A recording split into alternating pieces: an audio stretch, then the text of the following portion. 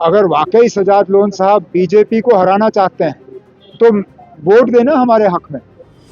उनका इलेक्शन से बाहर रहना बीजेपी को फायदेमंद है। तो हमारे ऊपर इल्जाम लगाने से पहले वो अपने इसको देखें ना कि वो क्या कर रहे हैं। बीजेपी को अगर वो हराना चाहते हैं तो वोट दें, इलेक्शन से बाहर क्यों रह रहे हैं।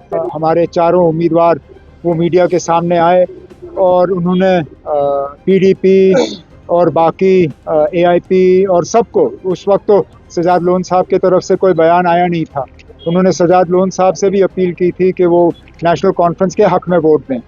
अब सजाद लोन साहब ने इलेक्शन से जो है बाहर रहने का फैसला लिया है, वो वोट नहीं डालेंगे।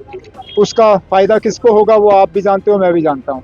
अब क्या मजबूरी रही वो मैं कह नहीं सकता हूँ, लेकिन बाकियों से मैं कम से कम अपील करता हूँ कि वो इलेक्शन से बाहर ना रहें, वो अपना वोट दें और ये साबित करें कि वो वाकई बीजेपी के खिलाफ हैं।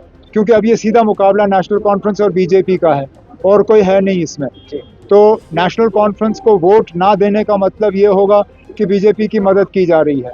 हम चाहते हैं कि बीजेपी जो है तीनों सीटों पे हार जाएं और उसके लिए हमें सबकी मदद की ज़रूरत है। पहले तो हम अपना कैंडिडेट तय करेंगे, कैंडिडेट तय करने के बाद जो पिछले 1 साल में हमने काम किए हैं उनके बारे में हम लोगों को बताएंगे और जो आगे जाके अगले 4 साल के लिए हमारे क्या इरादे हैं वो हम लोगों को समझाएंगे। एक बेहतरीन उम्मीदवार हम लोगों के सामने रखेंगे और उम्मीद करेंगे कि बडगाम के लोग जो हैं उस उम्मीदवार को कामयाब करेंगे। इसी तरह नगरोटा, आप सिर्फ बडगाम की बात कर रहे हो लेकिन नगरोटा में भी इलेक्शन है, वहाँ पे भी नेशनल कॉन्फ्रेंस का उम्मीदवार उतरा था।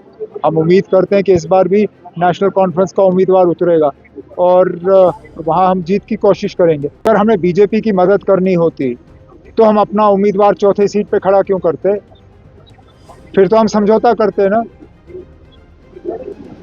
और वैसे भी सजाद लोन साहब, अब उनकी सियासी सोच और मेरी सियासी सोच में थोड़ा सा फ़र्क है।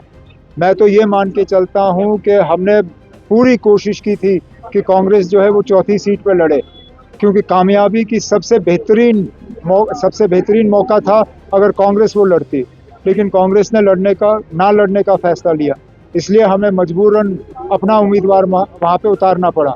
लेकिन हम तब भी जीत की जो है उम्मीद लगाए बैठे हैं। अगर वाकई सजाद लोन साहब बीजेपी को हराना चाहते हैं तो वोट देना हमारे हक में।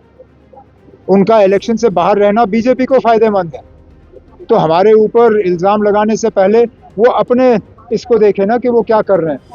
बीजेपी को अगर वो हराना चाहते हैं तो वोट दें, इलेक्शन से बाहर क्यों रह रहे हैं।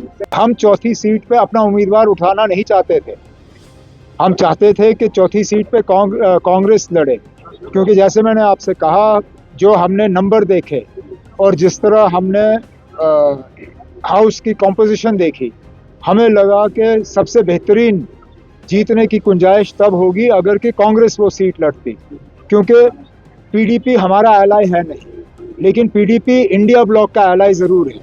तो पीडीपी के लिए उस वक्त कांग्रेस को वोट देना शायद ज़्यादा आसान होता बनिस्बत के नेशनल कॉन्फ्रेंस को। लेकिन चलिए, अब कांग्रेस मैदान में है नहीं, इसलिए अब हम कांग्रेस के तरफ से पीडीपी से गुजारिश करेंगे कि बेशक हमने 1 साल पहले एक दूसरे के खिलाफ इलेक्शन लड़ा, लेकिन क्योंकि अब सीधा मुकाबला नेशनल कॉन्फ्रेंस और बीजेपी का है, तो हम उम्मीद करेंगे कि पीडीपी इलेक्शन से बाहर ना रहें और वो नेशनल कॉन्फ्रेंस के उम्मीदवार के हक में वोट दें।